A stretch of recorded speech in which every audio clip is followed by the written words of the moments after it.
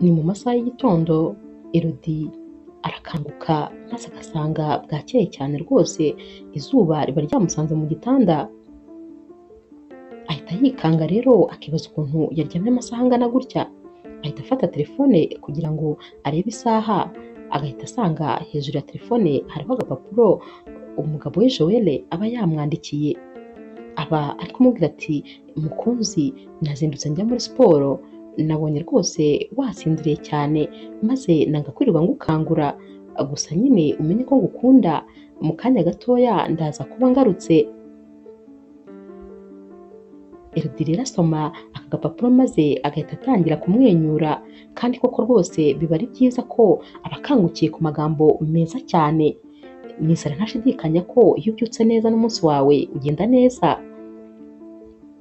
Ahita rero ajya mu gikoni maze akajya gutegura ibya mu gitondo, kuko byanze bikunze umugabo we ugiye kuva muri siporo aba ari buze rwose ashonje cyane. Aba ari gutegura rero ari no kwiririmbira, kuko rwose aba afite ibyishimo byinshi, maze umugabo we agahita amuturuka inyuma ati sheri waramutse neza, ubwo abivuga yamaze kumuzengurutsa amaboko amufashe mu nda. Elodie ati meze neza mukunzi, nawe se umeze neza? Ariko Elodie ahita yigizayo umugabo we ati umva uratose umubiri wose, ufite ibyunzwe, mbese siporo wakoze rwose yakoze.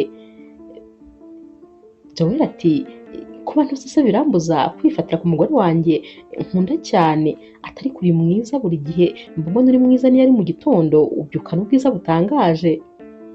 Elodie rero ahita aseka maze akabwira Joel ati genda witunganye ukarabe nyine wimeze neza, ndaje nkuzanira amafunguro, wihangane kandi kuko rwose harabura gato cyane. Joel ati nta kibazo mukunzi, ndagutegereje. Ubwo niko rwose aba ari kumuha bizu akoresheje intoki.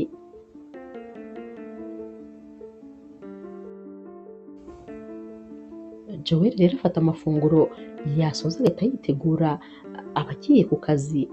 Asanga rero Elodie yicaye muri salo ari kuri mashine, aba ari kwandika igitabo rwose nawe aba amazeho igihe kinini, gusa nyine yarabuze ibitekerezo, kukirangiza rwose biba byaramukomeranye.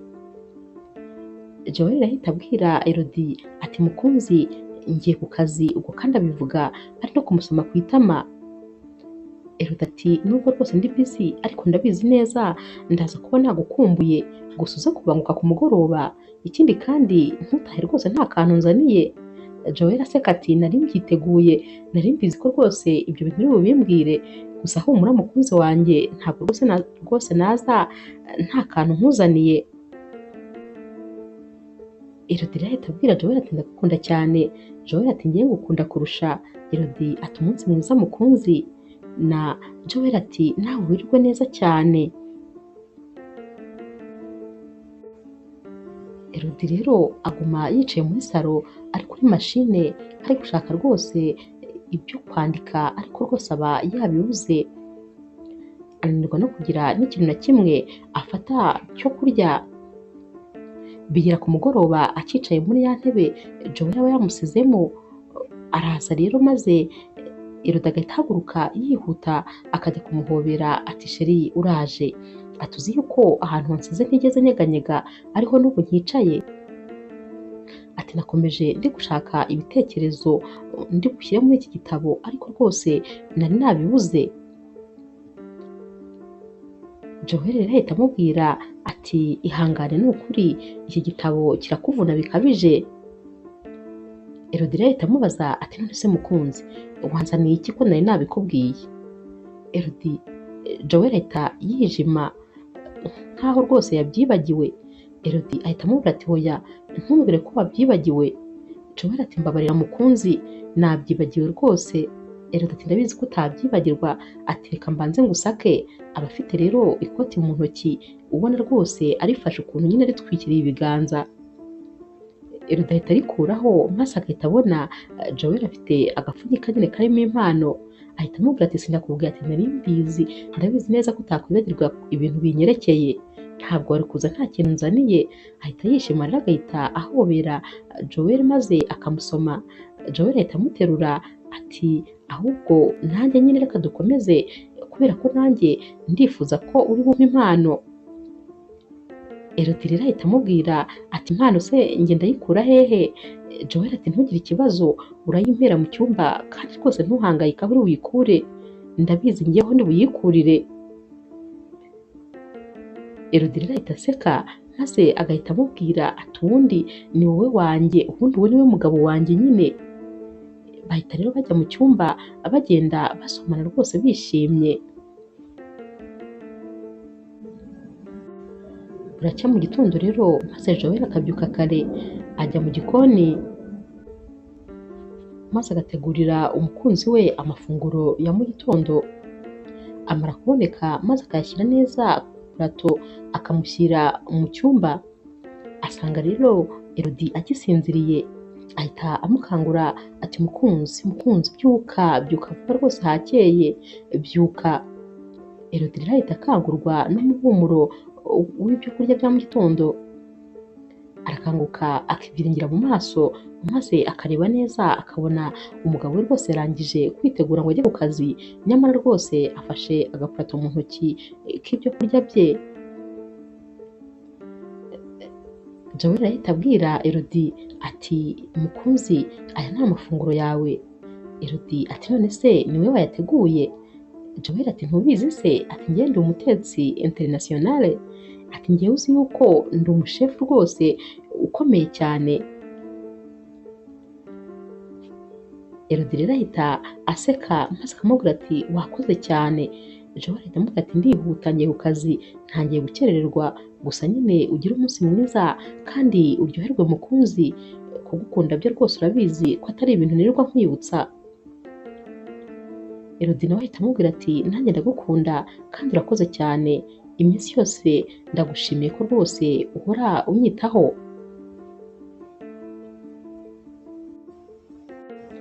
Elodie rero ahita abyuka agafata amafunguro maze yabisoza akajya gukora amasuku.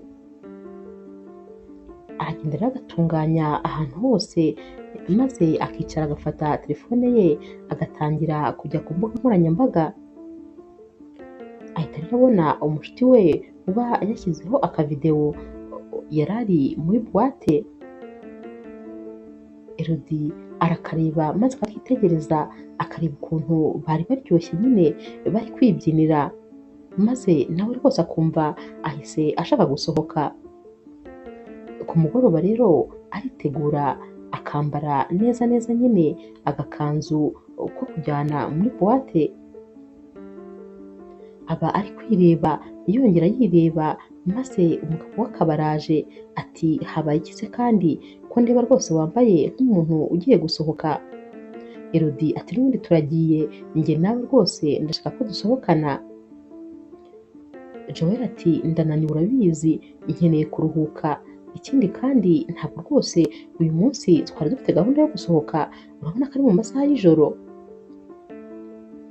Elodie ati nyine mu masaha y'ijoro nibyo byiza nanjye nibyo nshaka, n'ubundi aho tugiye gusohokera harakuruhura umutwe ntugire ikibazo, kuba unaniwe rwose uragaruka utakinaniwe habe na gatoya, wihangayika ahubwo byuka rwose ambara reka kujya mu buriri. Joel ahita amubwira ati ubwo kereka nyine nitujya ahantu hatuje cyane rwose hatari abantu benshi, hatari urusaku, maze tugasangira ako kunywa maze tugataha. Elodie ati reka da ntabwo ari ibyo nshaka, ndashaka yuko unjyana muri buwate, ndumva nshaka kubyina, wese ubundi ukireba ibyo nambaye ntabwo amaso aguha, ndishakira kwibyinira, ndumva nshaka ko njye nawe rwose tujya kuryoshya muri buwate.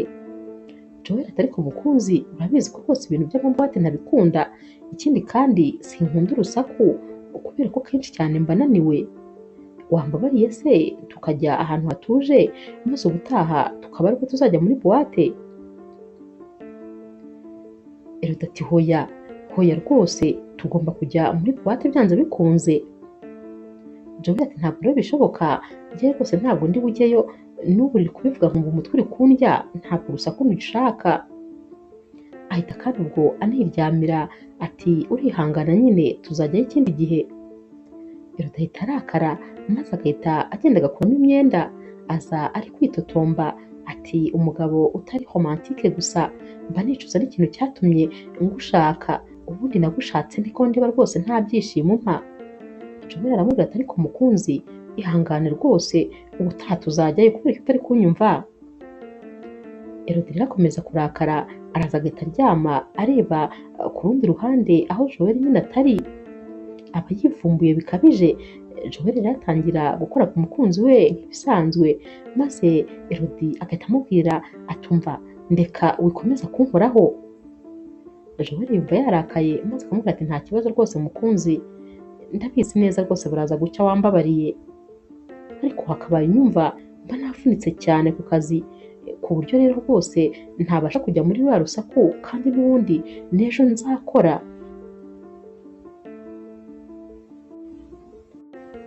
Elodie ati bashuti banjye baba basohotse bagiye kurya isi, natwe turi abakire dufite amafaranga, kubera iki se njyewe umugabo wanjye atansohokana? Joel ati ntabwo nabyanze, ni uko gusa naniwe. Buracya mu gitondo rero maze Joel akitegura akajya ku kazi n'ubundi nk'ibisanzwe. Elodie rero basigara aryamye akangurwa na telefone, amamesaje yabaye menshi, areba kuri telefone maze agasanga ni umusore bahoze bakundana uri kumwoherereza amamesaje. Arayareba rero maze agahita ayijugunya hasi telefone ntamusubize.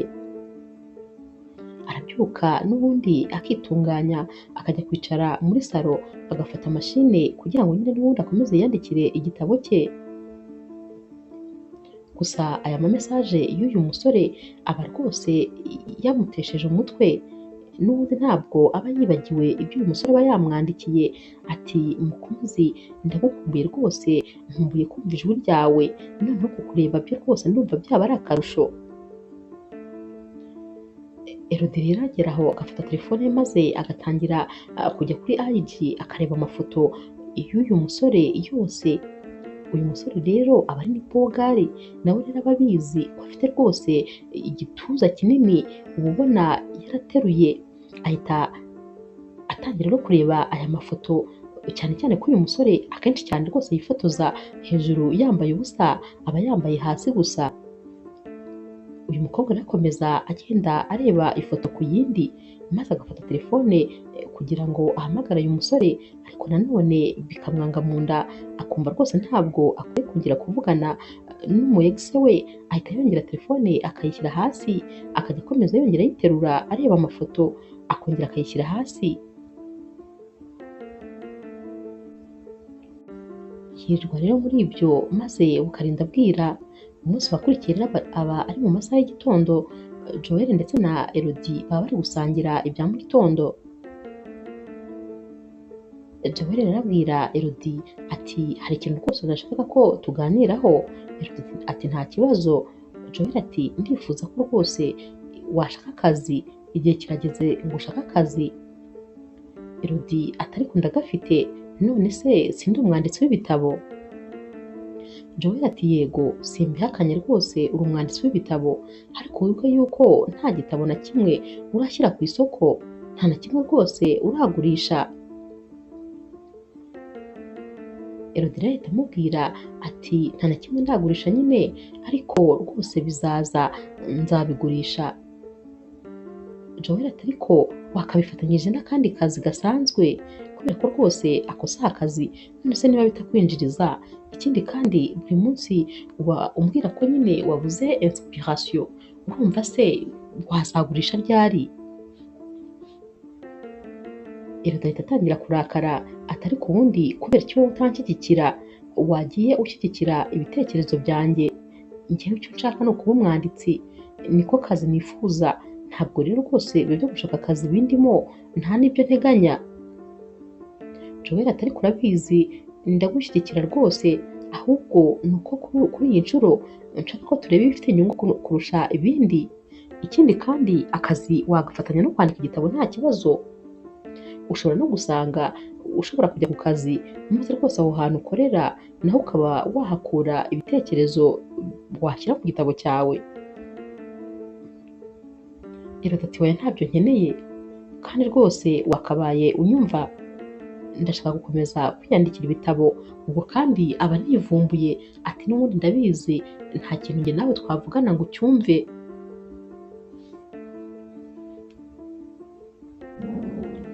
Umunsi wakurikiye rero Elodie ahamagara mushiki we ati ndagushaka byihutirwa mu rugo. Mushiki we rero araza maze agasanga rwose Elodie ntabwo yishimye habe na gatoya, ahita amubaza ati Elodie ko utishimye bimeze bite? Agahita amubaza ati mbwira wabonye se sitati zanjye, uzi yuko nagiye muri buwate maze ngahita mpurirayo na wa mu ex wawe ariko shazi kuryoshya ikirori, mbega umuhungu, uriya muhungu n'isi yigendera, umva yatumye rwose ijoro ryanjye riryoha, twarabyinnye turaryoherwa, mbega umuhungu we, umva cyakoze naremeye si ugukubeshya.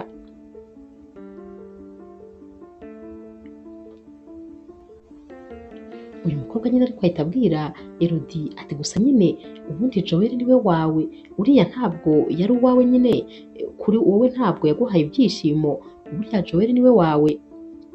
Elodie rero ahita yimyoza atumva ntukagereranye Joel ndetse n'umu ex wanjye, uriya mu ex wanjye yari urukundo rwanjye rwa mbere, ntukabagereranye rero kuko baratandukanye cyane, harimo ikinyuranyo kinini cyane. Uyu mushuti wa Elodie atumva nkubwire nizere ko rwose ibikuta bitumvise, nubwo njya numva bavuga ngo bigira amatwi, ibintu uvuze ntuzigere na rimwe wongera kubisubiramo, jya umenya ko nyine uri umugore ufite umugabo kandi ugomba kunyurwa n'umugabo ufite, kubera ko wamwisemo, uzi yuko usubiye kwa ex wawe waba ubaye nk'umuntu usubiye ku myanda yajugunye. Ndakwinginze rwose ibyo bintu bisubiza aho bikuye, ntuzongere no kubivuga na rimwe.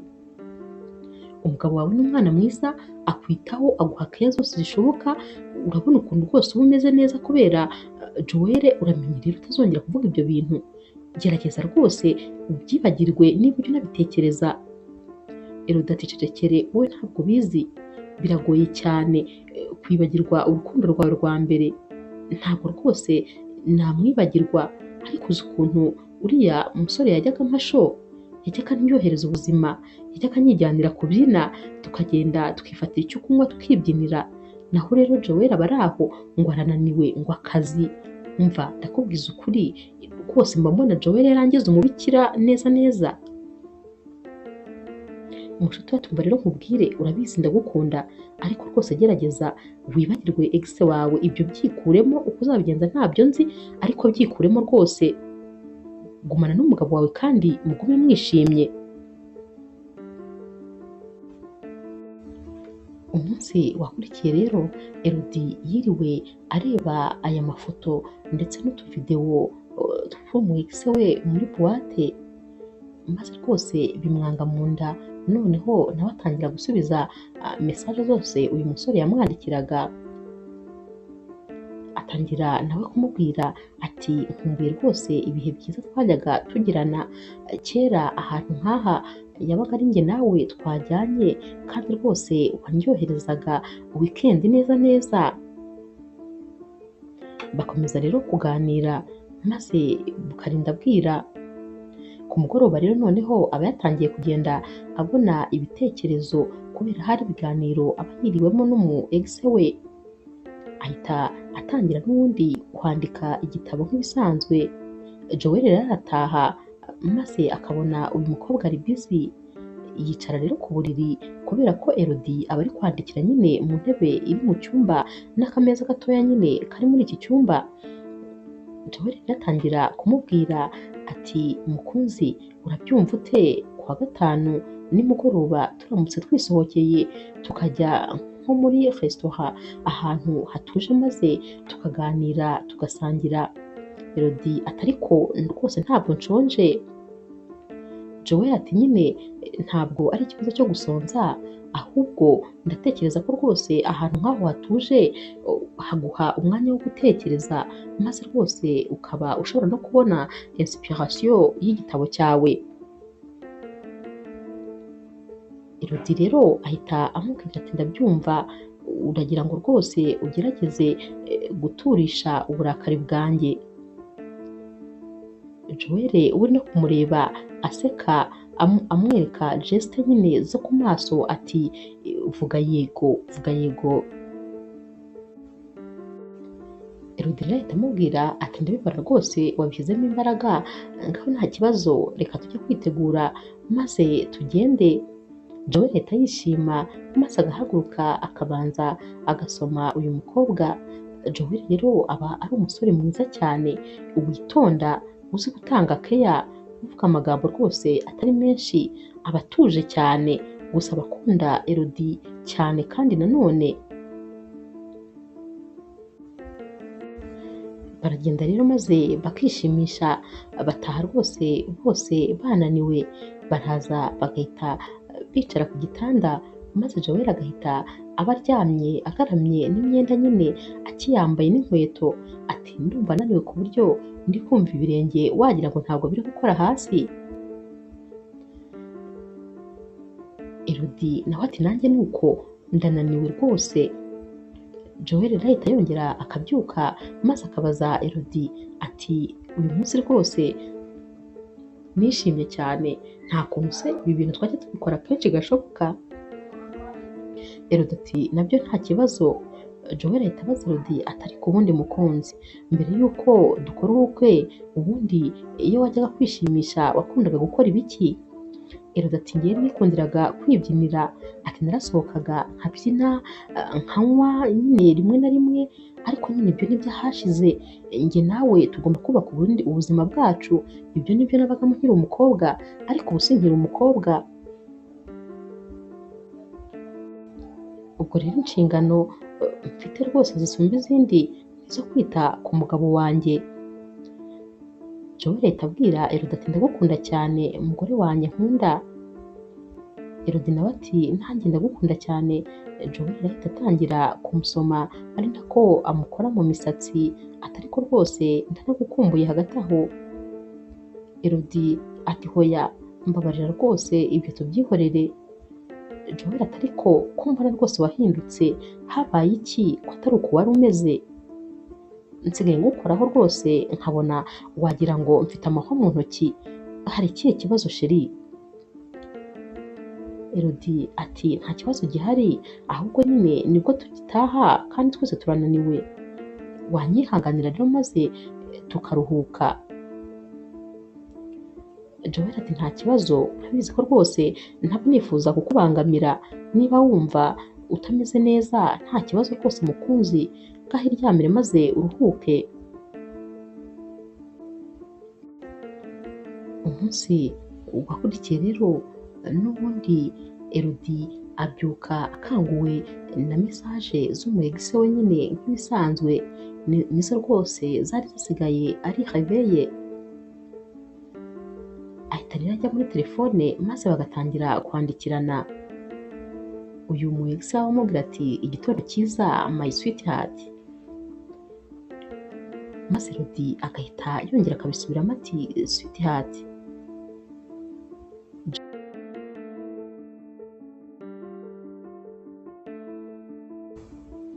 Uyu mwegisi we ahita amusubiza ati cyane, ati reka ndacyagukunda, ni ukuri mba ngutekereza inshuro nyinshi cyane, mpora ndeba amafoto yawe, mba numva ngukumbuye ntabwo wabyumva, ndagukumbuye cyane, ndifuza rwose kongera kukubona nibura rimwe mu buzima.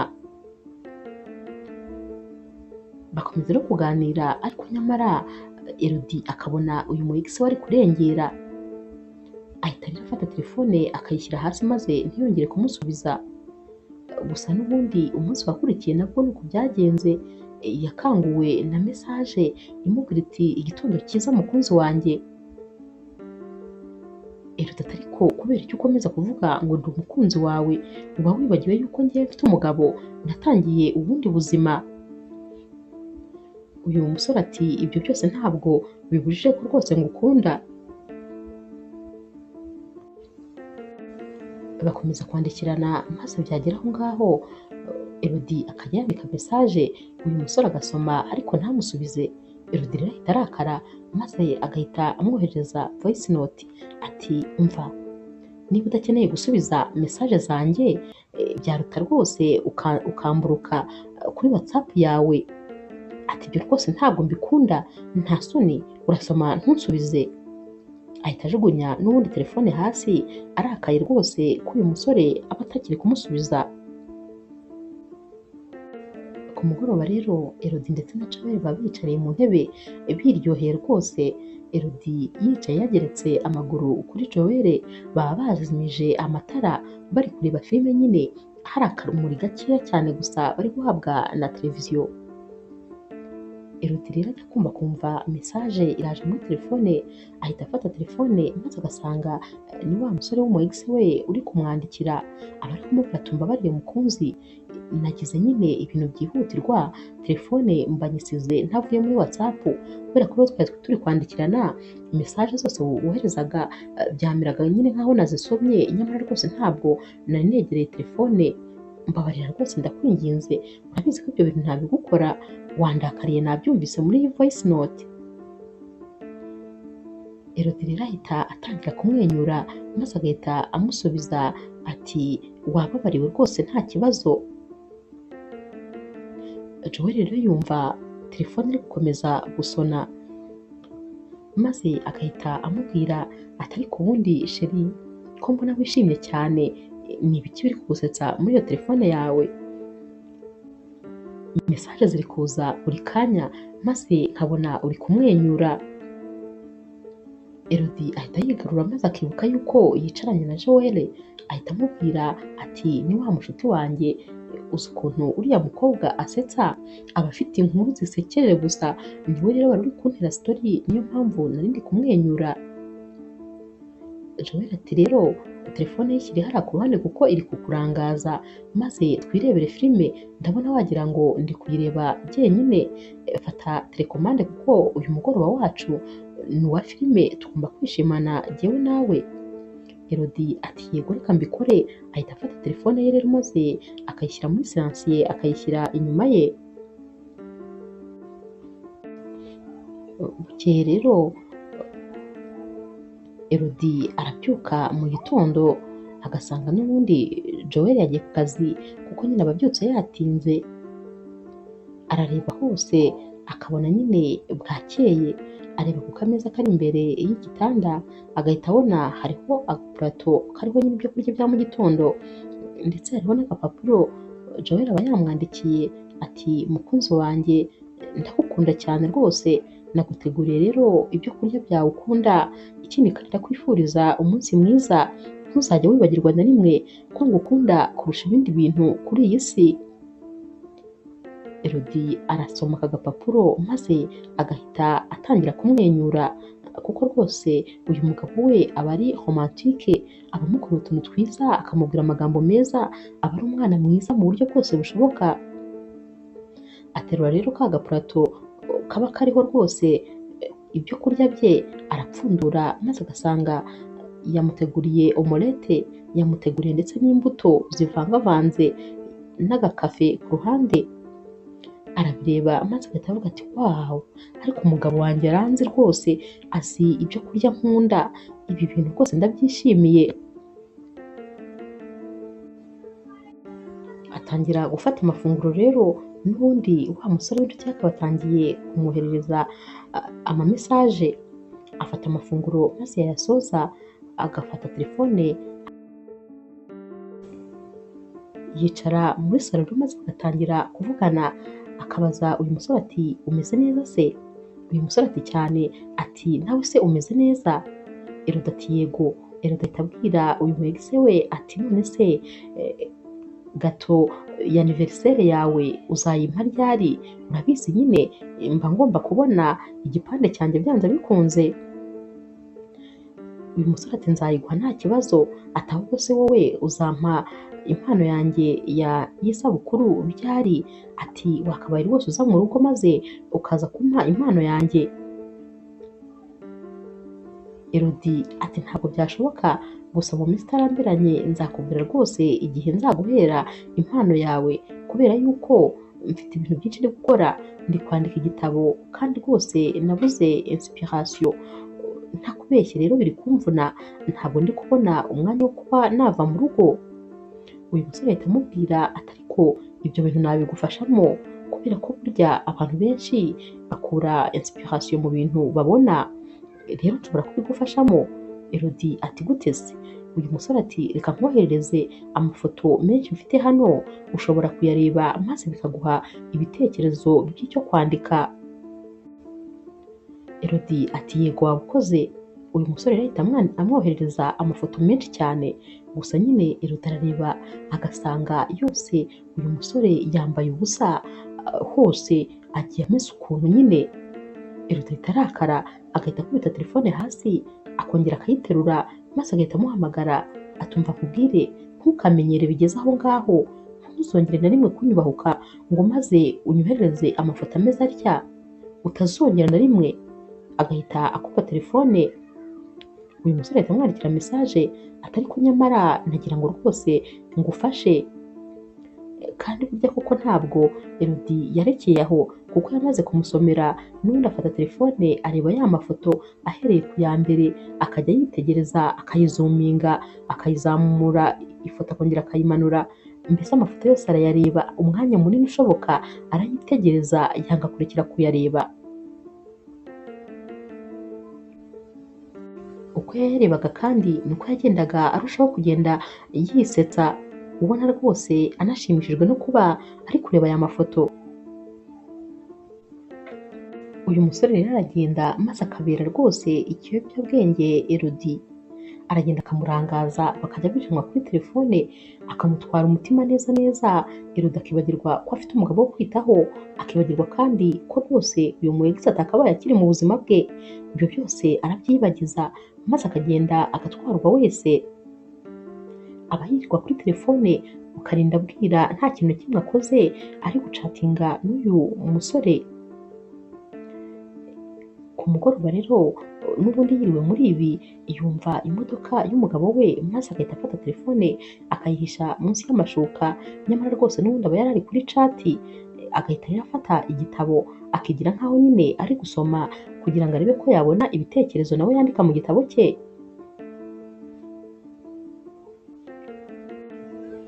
Umunsi wakurikiye rero n'ubundi Elodie aba yiyicariye muri salo, ajya kumva kumva umuntu arakomanze, ajya gufungura maze agasanga ni wa musore bakundanaga.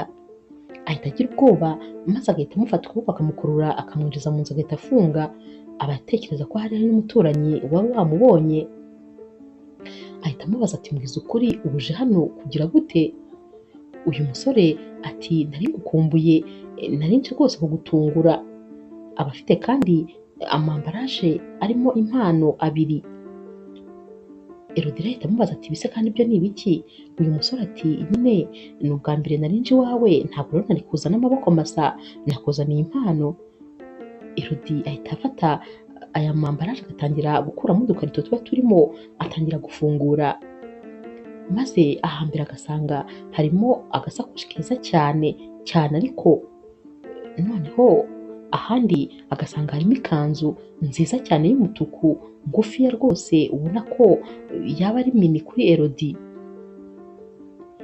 Uyu musore ahita abwira Elodie ati iyi kanzu ndabizi iraza kukubera kandi uraza kuyikunda, kuko nyine ndabizi yuko ibara ryawe ukunda kurusha ayandi ari umutuku. Elodie ahita amubwira ati uracyanyibuka neza neza, ariko nanone ntabwo bikwiyeho rwose ko wakoze amakosa, kubera ko uru rugo wajemo n'urwanjye n'umugabo wanjye. Ni gute utinyuka kuza mu rugo rwanjye n'umugabo wanjye? Tekereza nkuba gusanze aha, urumva ko ibi bintu byagenda bite? Uyu musore ati nari nkwikumburiye, numvaga rwose ntagishoboye kwihangana. Uyu musore rero ahita abwira Elodie atumva nkubwire, urabyumva ute se nimugoroba tujyanye mu kabyiniro? Ati maze rwose ukaza wambaye iyo kanzu byaba biryoshye cyane. Elodie ati ntabwo byashoboka, ubu se urumva najya kubyina ntabibwiye umugabo wanjye? Urumva se koko byashoboka? Ntabwo byashoboka. uyu musore ahita amubwira ati ariko nawe wese uri umwana ntabwo wabura ikintu umubwira maze rwose tukaza kwisohokera tukajya kuryoshya tukiyibutsa bya bihe byacu nyine by'ahashize. Erode ahita abwira uyu musore ati mba nkubwire nsohokera mu rugo ahubwo genda ihute rwose hatagira umuntu ugusanga aha waba unsenyeye neza neza. Uyu musore rero ahita asohoka ariko akamubwira ati nizere ko nyine ibintu nakubwiye wabyumvise neza ubitekerezeho maze uze kumbwira. Amara rero gusohoka Elodie agahita asubira muri za mpano maze akajya afata imwe ku yindi, afata iyi kanzu akayirambura akayigera akabona iramubereye cyane, arishima rero akavuga ati uyu musore aranzi wese aracyanyibuka nubwo hashize imyaka 3 yose twaratandukanye ariko aracyibuka amabara nkunda, aracyibuka size yanjye, mbese ibintu byose byanjye aracyabizirikana. Akomeza no gutekereza ukuntu yamubwiye ngo aze gushaka nyine icyo abeshya umugabo we maze bajyane muri buwate, agahita akomeza kwibuka ya mafoto yabonye yo muri buwate ukuntu byari bimeze neza. Ikindi kandi Elodie nawe rwose aba yikumbuye kwibyinira, haba hashize imyaka 3 yose atajya muri buwate kuko Joel nyine ntabwo rwose ibi bintu by'urusaku aba abikunda, aba yikundira kujya ahantu hatuje maze rwose agatekereza neza, ntabwo aba akunda ibintu bimujagaraza. Uyu munsi rero noneho yirirwa adatuje ari gutekereza kuri uyu musore nyine baba barahoze bakundana. Mu mugoroba rero Joel arataha, Elodie amusanga yicaye ku buriri maze agahita amubaza ati sheri uyu munsi se hari gahunda yo gusohoka dufite? Joel ahita amubwira ati hoya nta gahunda dufite kuko mfite ibintu byo ku kazi ngiye gukora, ntabwo rwose nabasha kugenda.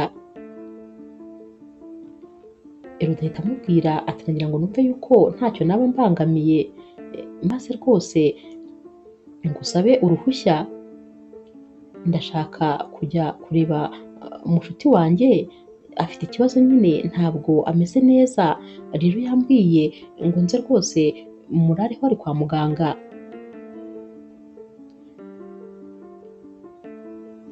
Joel ahita amubwira ati none se birakomeye cyane ku buryo yarinze kujya mu bitaro? Elodie ati hoya ntabwo nyine ari burare mu bitaro ariko turataha nyine dutinze tuva kwa muganga, noneho rero yambwiye ngo nyine ibyiza ni uko ntaza gutaha mu gitondo kugira ngo ntamuseka wenyine akaba yanaremba maze akabura n'umuntu umuhereza imiti.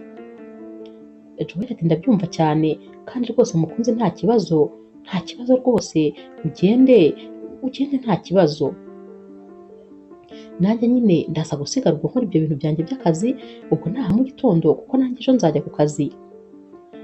Elodie ahita amubwira ati urakoze cyane rwose mukunzi. Joel ahita amubwira ati ubwo se ibyiza si uko naguherekeza nkakugezayo nkabanza nkanabatwara kwa muganga? Elodie ati hoya ntabwo ari ngombwa, ndatega taxi voiture kandi iranahita itujyana, wowe rwose ba busy mu bintu byawe by'akazi wita umwanya nta kibazo. Joel rero aramubwira ati ndagukunda cyane urabizi.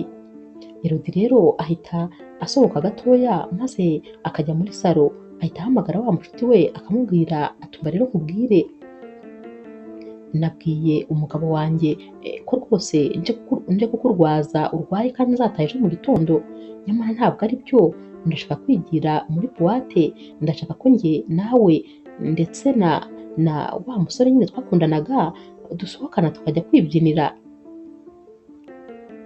Uyu mucuti we ahita amubwira ati ayo ni amakosa rwose, ni amakosa wakoze kubeshya umugabo wawe, ese ubwo rwose bibaye ngombwa yuko agufata? Elodie ati byarangiye nyine nabikoze kandi namaze kubimubwira, ntabwo rero nabigarura, ahubwo rwose nyine naguhamagara uhita umubwira yuko naraye aho ngaho kandi urwaye. Uyu mucuti we rero ahita amubwira ati nta kibazo ndabikora rwose nk'uko ubishaka ariko ni amafuti. Elodie rero abona atari bubone ukuntu yambara ka gakanzu keza baba bamwihereyemo impano maze akagashyira mu isakoshi, ava mu rugo rwose yambaye ikanzu ndende n'inkweto nyine yambaye nyine nk'umukobwa ugiye kureba mugenzi we. nyamara rwose aragenda nyine akabanza agaca kwa mushuti we agahindura akambara ka gakanzu nyine baba bamuhayemo impano maze bakajya muri buwate. Iri joro barabyina kakahava, barabyina rwose, barabyina ijoro ryose bukarinda bucya. Elodie rero aba yagiranye ibihe byiza rwose na egise we uba usanzwe nyine azi no kuryoshya ikirori. Elodie ataha yishimye, yishimye cyane. Uyu musore rero ahita abwira Elodie atumva ndagucyura rero, ndagucyura ku kimoto wumva ukuntu rwose kiriya kimoto kiba kiryoshye. Elodie ati ibyo bintu nabiherukaga kera, ongera rwose ubinyibutse, nta kibazo se ko kuntahana? Uyu nawe ati oya nta kibazo rwose, urumva hari ikibazo nagira ndi kumwe nawe?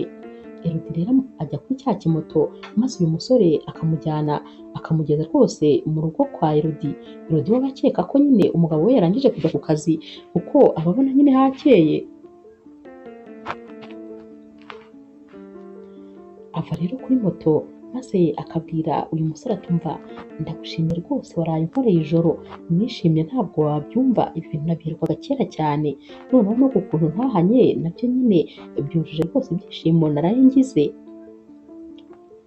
Uyu musore aramubwira ati ndanezerewe nanjye ko rwose wishimye, akaba amuhaye bizu ku itama. Ati ngaho rero genda winjire mu nzu maze ndebe rwose uko winjira. Elodie ati hoya ahubwo wowe genda ndebe uko ugenda. Bose rero batangira gusiganira uri bugende mbere, maze uyu musore agafata icyemezo agakata moto ye nyine agasohoka. Elodie yinjira mu nzu, akigera mu cyumba agahita akubitana na Joel ari gusohoka. Ahita amubaza ati sheri, ati ntabwo wajya ku kazi se? Joel ati hoya nari ntarajyayo. Ati ahubwo se byakugendekeye bite? Naguhamagaye ijoro ryose wanga kunyitaba, telefone yawe yageze aho rwose numva nta nubwo iriho, byakugendekeye bite? Nahangayitse numvaga rwose ngiye gupfa, uzi ko umutima wari wampagararanye, nari nzi ko rwose utakiri amahoro. Elodie ati hoya nari ndi amahoro ahubwo telefone yanjye yazimye.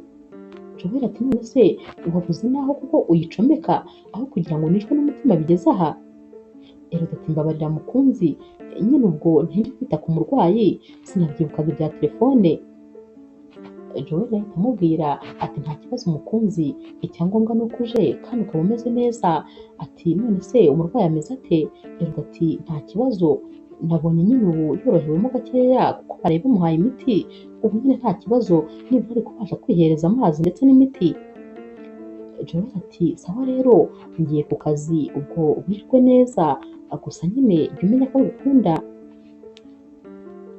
Elodie ati nanjye ndagukunda. Iminsi yakurikiye rero Elodie yandika igitabo rwose yihuta cyane kubera ko aba yibuka bya bihe bagiriye muri buwate, maze rwose akabona ibintu byinshi ari bwandike. Ahamagara rero wa mu egise we akamubwira atumva nkubwire kunsohokana kwawe byangiriye umumaro, ubu igitabo nkigeze kure, ngeze kuri chapitre ya 6. Ubu rwose uriya mugoroba wampaye inspiration. Uyu musore rero ahita amubwira ati nari mbizi ibintu bigaragarira amaso bituma rwose umuntu agira ibitekerezo byinshi. Elodie rero ahita amubwira ati ahubwo ndashaka amafoto yawe yose nta n'imwe usize.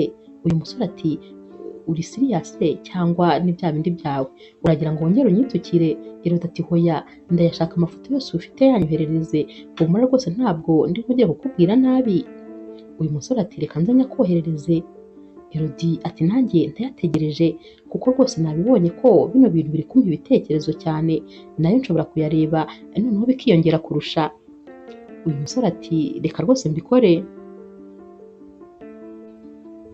Uyu musore rero ahita agenda akajya mu cyumba, maze si ukwifotora akivayo, arifotora amafoto y'ubwoko bwose, ayo yambaye ubusa buri, ayo yambaye boxer, ayo yambaye hejuru gusa, arifotora koko maze yarangiza akayohereza Elodie.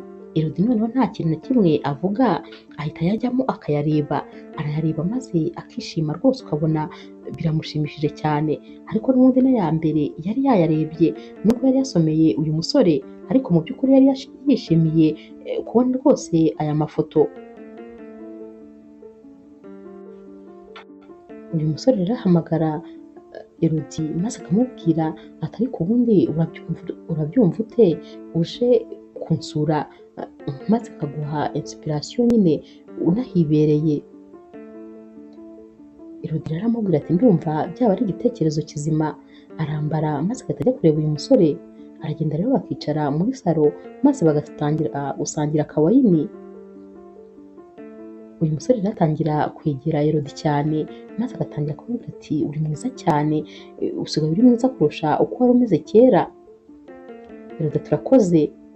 Uyu musore rero aramwegera maze akaba aramusomye. Elodie ahita amubwira ati ibi bintu rwose ntabwo ari byo, nyamara aba yamusomye na Elodie atuje yicaye rwose atanyeganyega.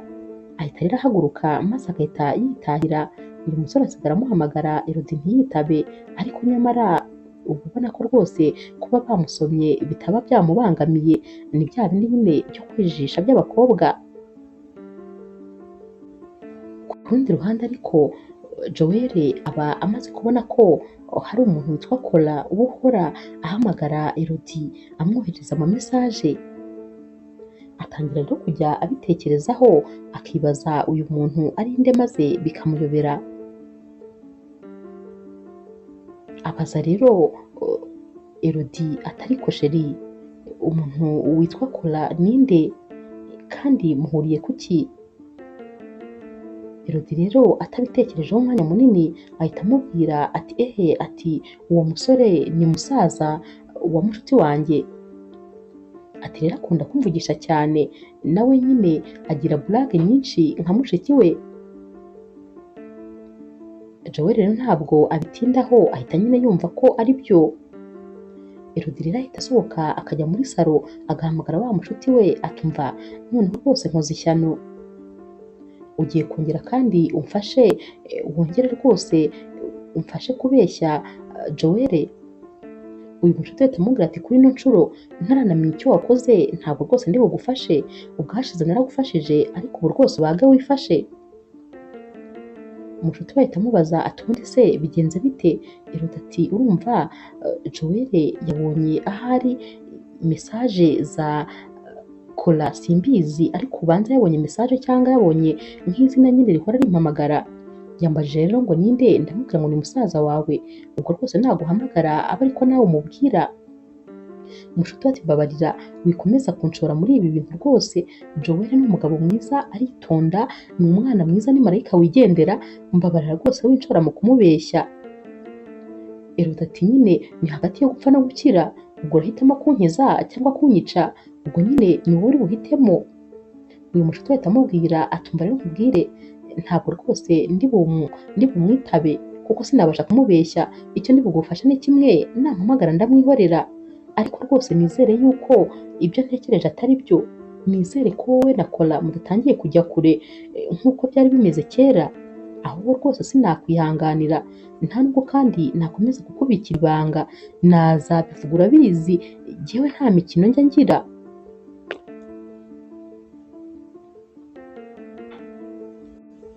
Hagati aho rero uba ubona rwose urukundo kwa Elodie ndetse na ex we rushyushye, nyamara ariko Joel we rwose aba yarabuze keya, uba wagira ngo ntabwo asigaye aba muri uru rugo. Elodie ntaba akimwitaho, aba asigaye amuganiriza ubona bitamufasheho, umutima we usigaye wibera muri telefone ku macati ari kwicatingira n'uyu musore baba barakundanaga, ku buryo rwose hari n'igihe aba ari aho ari kwisetsa akibagirwa yuko anicaranye na Joel. Joel aba amubaza ati ariko mukunzi wahinduwe n'iki ko mbona utakimbonera umwanya, mba mbona rwose utakinyitayeho, mbwira niba hari ikosa nakoze ndikosore. Elodie ati hoya ntaryo rwose mukunzi, nk'ibisanzwe uri umugabo mwiza, nta kosa na rimwe rwose wigeze unkorera, ahubwo ni ukwandika kiriya gitabo nibyo rwose bindangaje muri iyi minsi. Joel aramubaza ati ariko ubundi uba ubona nyine ibitekerezo uzabikura hehe? Elodie akamubwira ati ndabona aho bigeze, nzajya nandika ibintu byose binje mu mutwe, ndakeka bizamfasha, buriya ni nabwo rwose nzaba nanditse igitabo nyagitabo kuko nzaba nanditse ibyo ntekereza. Joel ati ni sawa cyane kandi rwose courage, urabizi buri gihe mba ngushyigikiye kandi mba nkuri inyuma mu byo ukora byose, gusa na rimwe ntukibagirwe yuko ngukunda cyane kurusha ibintu byose. Uyu mukobwa urukundo rwari rusigaye rwaramutwaye ku buryo rwose rimwe na rimwe aba asigaye anibagirwa yuko ari mu buriri kandi burimo n'umugabo we, maze akigira kuri cati. Uyu mu ex we rero nawe rwose aba akomeje kumutereta ndetse rwose amusaba ko yazaza kumusura mu rugo maze bakiyibutsa ahabo hashize. Elodie rero we ntabwo aba acyemera ko rwose Joel amukoraho na gatoya, umutima we nyine uba uri kwa ex we. Atangira gutekereza ukuntu azabona umwanya maze akajya kwirebera ex we, bakikorera gahunda nyine bakiyibutsa ahashize habo. Aratekereza rero akumva ntabwo azongera kubasha gusaba uruhushya umugabo we, ikindi kandi ntabwo umufuti we yari amushyigikiye muri aya mafuti yose yabaga arimo. Yibaza rero ukuntu azabigenza maze bikamuyobera. Afata icyemezo rero maze akavuga ati nzahengera Joel asinziriye mu masaha y'ijoro maze nigendere, nzagaruka rwose atarakanguka.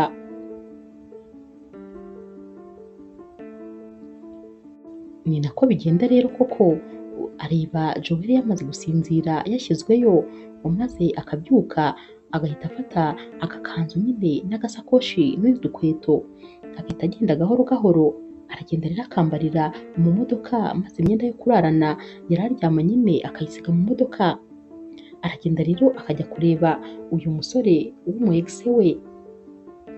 Aragenda rwose bakishimisha, bakamera rwose nk'aho bararanye kuko bakora gahunda mpaka bwenda gucya. Icyo gihe rero muri ayo masaha arabyuka akongera akambara maze agataha, agera mu rugo n'ubundi akongera agahindura imyenda akambara iyo kurarana akaba ariyo yinjirana mu nzu. Yinjira n'ubundi gahoro gahoro rwose, maze agahita yongera imyenda akayisubiza mu kabati, agahita yongera akaryama akigira rwose nk'aho yaraye muri iyi nzu. Nyamara koko Joel rwose nta kintu na kimwe amenya, aba yasinziriye yashyizweyo, ntabwo amenya yuko umugore we ataraye muri iyi nzu.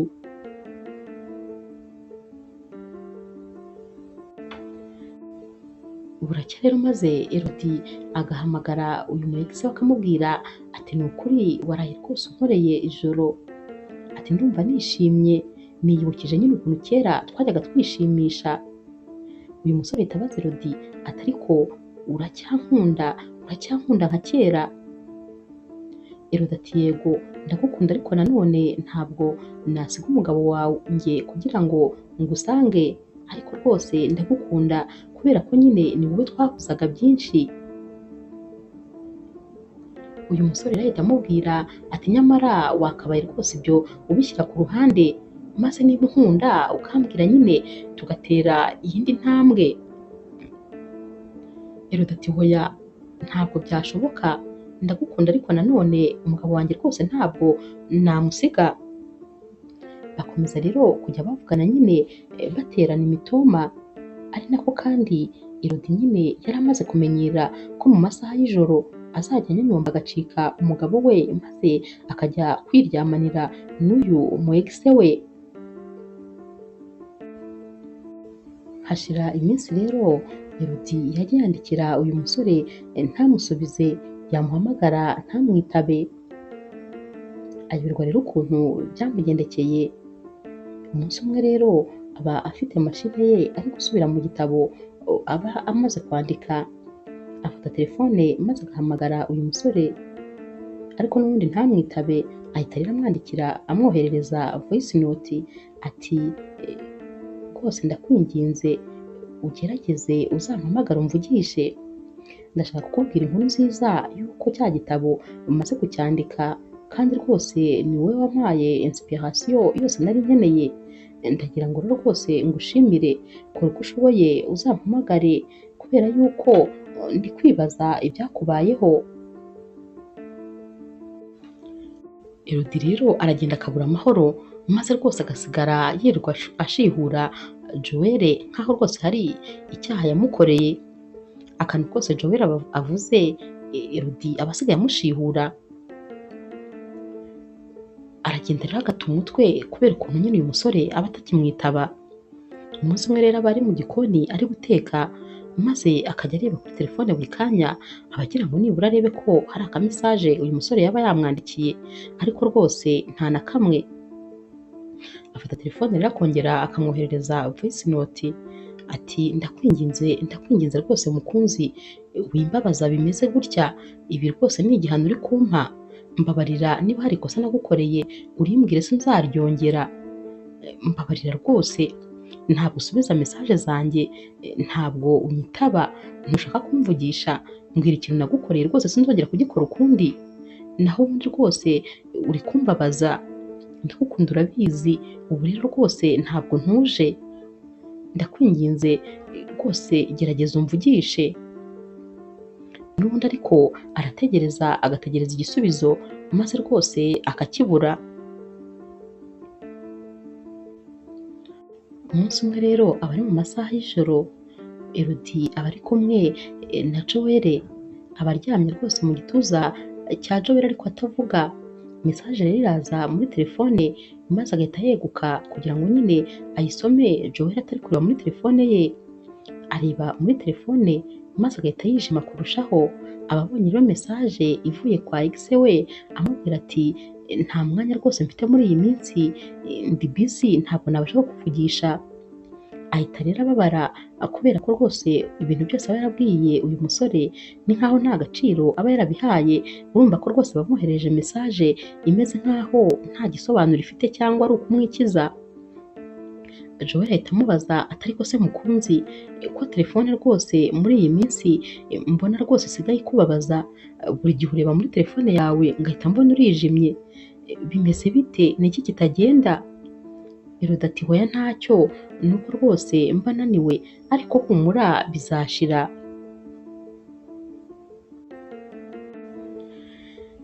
Umugoroba umwe rero Elodie aba yari yicaye ku buriri, maze Joel akajya kumuzanira abacyayi kuko rwose aba abona atameze neza. Aba akigenda rero maze Elodie agahita yumvise seme iramwishe, ajya muri dushe rero maze akajya kuka. Aba akiri muri ibyo rero maze Joel akaba aragarutse aramubaza ati mukunzi umeze neza? Elodie ati yego. Joel ahita abona telefone ya Elodie iri ku buriri, nyamara rwose nta password irimo, kubera ko nyine Elodie ajya kujya muri dushe yari ayiriho ayirambika hasi nyine atayishyizemo password, kubera ko yari atunguwe no gushaka kujya nyine gukemura ibyo bibazo. Joel rero ahita afata ya telefone maze agatangira kurebamo, atungurwa n'amamesaje asangamo ndetse n'amafoto. Arabireba maze rwose ukabona ameze nk'aho ari kuzengera, aba yataye umutwe kubera ibintu aba ari kureba, mesaje zigiye zitandukanye nyine bigaragara ko rwose agikundana n'uyu musore, amafoto y'uyu musore yambaye ubusa bigaragara rwose ko bararyamana, na mesaje zibyemeza. Arabireba byose maze akiheba. Kandi twibuke yuko nyine Elodie aba yarabwiye Joel ko uyu musore witwa Cora ari umusaza wa mushuti we, nyamara babibonye ko rwose yari umu ex we. Arababara rero ariko agahita yijijisha, afata ya telefone akongera akayisubiza aho ayikuye, akiyicarira rwose nkaho nta cyabaye. Elodie rero uba rwose uhise amenya yuko yasamye, ahita abwira Joel ati sheri wanyihanganira gatoya nkajya kureba umushuti wanjye, nibutse ko yari yambwiye ngo aranshaka byihutirwa. Nyamara rwose Joel aba abizi neza ko atari we agiye kureba, kuko aba yamaze kubibona ko rwose agiye kwirebera uyu musore. Ahita amubwira ati nta kibazo rwose genda umurebe. Elodie rero ahita avuga ati reka ngende, maze agahita aha bizu Joel ku itama. Joel rwose aba akanuye nk'aho koko uyu mugore wari Yuda uri kumusoma, kuko aba areba ibintu agiyemo n'ibyo yirirwamo n'ukuntu ari kumwisomeshwa, akumva umujinya uramwishe, ariko rwose akituriza ntamwereke ko hari ikintu na kimwe yamenye. Elodie rero ajya kugenda, maze Joel ati nta kintu wibagiwe se? Ati wibagiwe telefone yawe, dore ngiriya. Elodie ahita agenda akayifata, maze akahita agenda yihuta. Aragenda rero akajya kwa wa muhegise we agakomanga. Abagikomanga hagahita haza umukobwa kumufungurira. Uyu mukobwa ahita abaza Elodie ati wowe se kandi urinde, urashaka nde? Elodie ati ndinde? Ati ahubwo wowe urinde uri mu nzu ya boyfriend wanjye, urinde wowe? Uyu mukobwa ahita amubwira ati suko, ati suko musara, ati njyewe hano ndi mu rugo rwanjye, ndi kumwe n'umugabo wanjye, nawe ngo mu rugo rwa boyfriend wawe? Ati ahubwo se ubwo ntabwo wataye umutwe niba utayobye?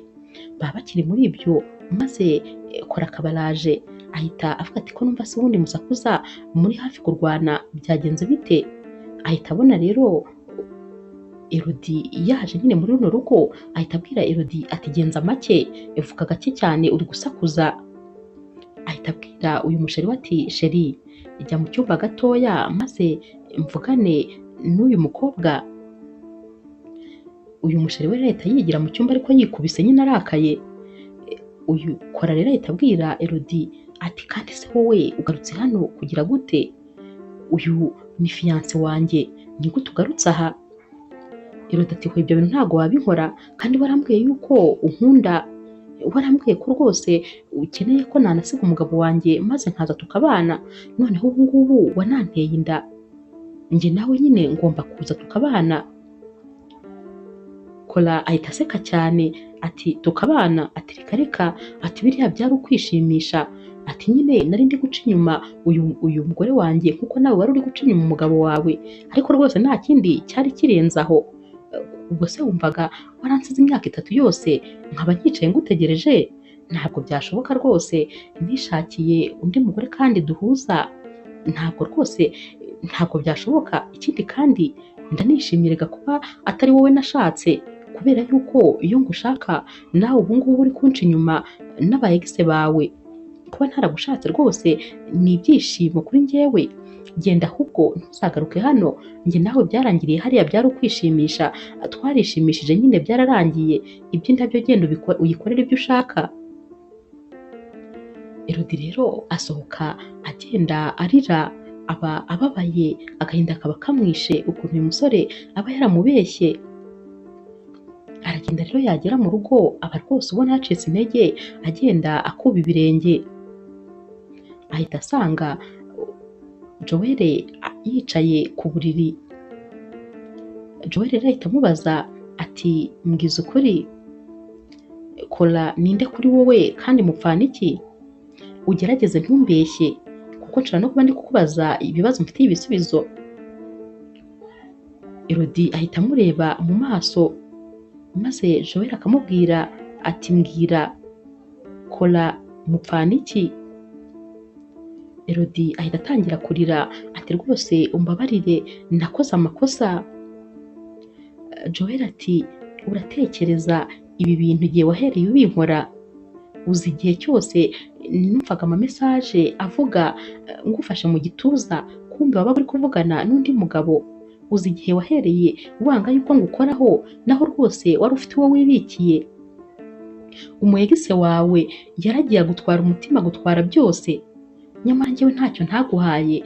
Naragukunze ndagutetesha, buri gitondo nabyukaga ngutegurira ibyo kurya bya mu gitondo mbere yuko njya ku kazi, nta kintu na kimwe wamburanye. Natahaga ngutaniye impano buri munsi. Naragukunze nguha urukundo rwanjye rwose. Ndakubwiza ukuri, nta nubwo nigeze ntekereza n'umukobwa no mu myaka yose tumaranye, nta nubwo rwose nigeze ndeba no ku ruhande nibura ngo mbone uteye neza cyangwa wambaye neza. Nabonaga uri umwamikazi imbere yanjye, nagukundaga wenyine nguha byose, none ni ibi unyituye. Elodie rero ahita amubwira ati mbabarira rwose mukunzi, nta yindi nshuro izongera kubaho, sinzongera kubigukora. Joel ahita amubwira ati indi nshuro yo n'ubundi rwose ntayizabaho. Aturumva nyuma y'ibintu byose wankoreye habaho indi nshuro? Ati nta n'imwe. ati ubu narangije gufata icyemezo, ibintu byanjye byose nabisohoye muri iyi nzu, hanyuma rero igumire hano nta kibazo, reka nigendere kuko sinshaka kuzongera kukubona mu maso, iyi nzu ndayikurekeye nta kibazo, yigumemo rwose n'ibirimo, njye natwaye imyenda yanjye n'inkweto gusa. Elodie rero amusaba imbabazi ariko ntabwo rwose aba ari bumwumve.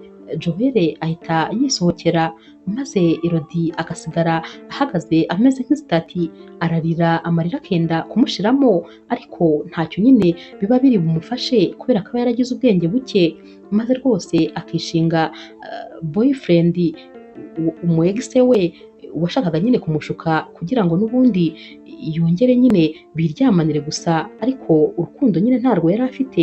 Ikindi kandi iyo umuntu aba afite urugo, iyo umuntu yamaze gushaka nta n'izindi mpamvu zo kuba akireba aba ex be kuko aba agomba kwita nyine ku mugabo we. Ubwo rero Elodie abura byose kubera yuko ntabwo aba ari bwongere gusubira ku mu ex we, aba yifitiye umugore na Joel umugabo wamukunze ubuzima bwe bwose akamuha keya, aba rwose yamusize kandi birumvikana ntabwo rwose yagombaga kumubabarira. Inkuru yacu y'urukundo rero naho tuyisoreje, mwakoze kuyikurikira. Niba ukunda inkuru z'urukundo zica kuri Zasha TV, ntukagende udakoze subscribe, like, share na comment, ni inkunga ikomeye kuri jyewe. Ndabakunda cyane rero nk'ibisanzwe.